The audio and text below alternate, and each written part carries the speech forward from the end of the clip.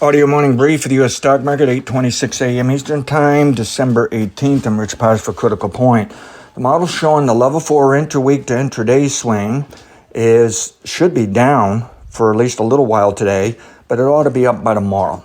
So I can't tell you whether it's going to be down all day today and then it's up tomorrow. Is it going to bottom first thing this morning, which is allowable, it has met minimum requirements, and it really hasn't done anything in either direction here overnight.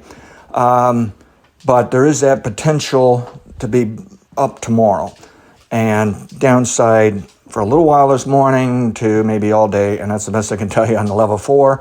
And do keep in mind, Fridays and Mondays, we do not see full market participation. It's like if everybody's back to work, they're not fully aggressively trading and taking care of business. It's kind of in their slump and kind of watching and trying to figure things out. Tomorrow we should be at full market participation, full business, but also keep in mind we're winding down the year here. People preparing for holidays, maybe a little less trading going on, at least volume-wise. Now, for this level 4 swing, I think if you see the cash S&P 500 trade below 4704.69, you should consider 4690s to 4680s and maybe even as low as 4660s for downside potential. Now, on the other hand, if we see the market trade above 4725.26, we have to consider there could be some follow through. And if we're ever to trade above the December 14th high at 4738.57, and I shouldn't say if it ever, and I think it will, then we need to consider 4765 to 4783 for the S&P 500 cash.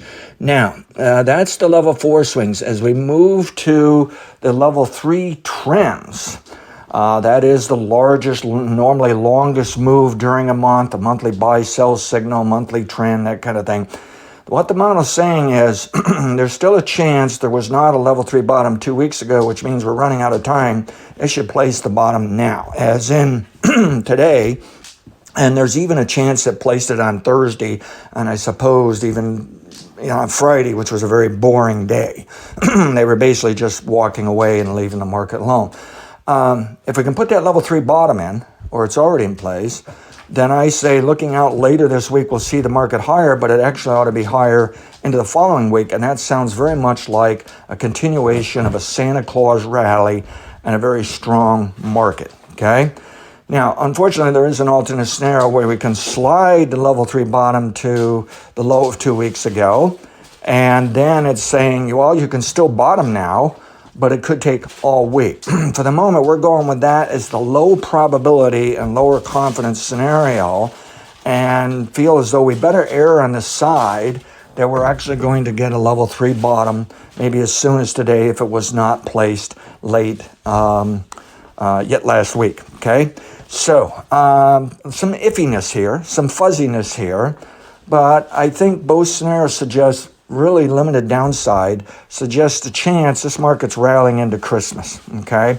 So as we zoom out for those larger trends, that's still very possible. And even though this is the first week to start looking for a level 2 and maybe even the more important level 1 tops that could lead to some problems into January, could lead to as much as a 3% drop, I don't think it's the case. It really doesn't have to top out to January. The Santa Claus rally can extend into January 2nd. In fact, most people think that's how it should work. So right at the moment, I'm not finding evidence where I would want to say, I know we're looking for this bottom today, okay, but really, it's probably not going to be much of a bounce out of it. We really ought to be thinking of something more significant to the downside and lengthier. And I just don't think that's going to happen. I have nothing here to call an important top where we'd want to pay more attention than the just day-to-day, week-to-week stuff, okay? And I'm not finding news and information surprised to do that. I think we're going to see Federal Reserve people coming out, and they already did over the weekend and late last week. They're warning we're making too big of a deal of this idea they're going to lower interest rates next year. And I think they're implying, well, you're not going to see us lower interest rates first quarter next year. I think the market's going to continue to pay less and less attention to the Fed Reserve and less attention to interest rates and more focus of the fact the economy's growing, nothing's stopping, can't kill it. and that the businesses are making money, and they're probably going to make even more money next year. And we just got to have that long-term bullish side to characteristic to things.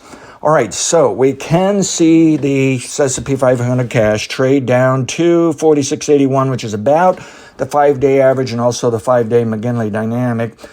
We do have the daily indicator rolling over, acting a bit bearish. It's still even overbought, so there is room for downside. And yet I'm still coming up with the best scenario is this market's probably going higher. And if it takes out, I know I just gave you some upside targets. I'm going to give you some more that may match or not.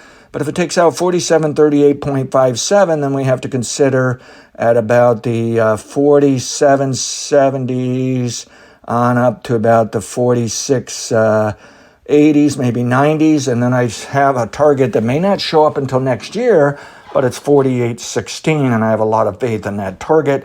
I even prefer 4877, and then of course we got all kinds of record high targets for next year. But that doesn't mean we go to a record high at the end of this year. It could, but I'm still thinking it's going to probably stall out here eventually. But I think we just got to give the bulls a chance here to add a little more upside, even though I fully understand it's overbought and people are thinking it's run too much. But again, looking at that level 3 trend, I'm going with there's a chance it's already bottomed for it or is bottomed today. I realize something could go wrong and they change their mind a little later in the week and sell it off after all. But I think they're ready to probe the upside yet again. Now, how about interest rates driving the stock market? Because even though I believe the stock market is having less and less concerns over interest rates, they're still going to, during the day and day trading and even during the week, they're going to have moments when there's nothing to watch and they're going to watch interest rates. Okay, they're still watching them, but I think some of them aren't playing that game as much as they used to. I think the computerized day traders will play it anyways, but they're probably going to find they don't have the following and they don't have the impact they used to. I think interest rates ought to go lower this week, which should help the stock market go higher. But at the same time, I think interest rates have come down enough that interest rates can now start moving sideways and give us some shots to the upside at times too, that it's just too soon to just keep pounding interest rates lower, because the Fed probably isn't going to lower until April to June, July is my guess. I don't think it's going to be in the first quarter, and it may even be at the end of second quarter, beginning of third quarter even.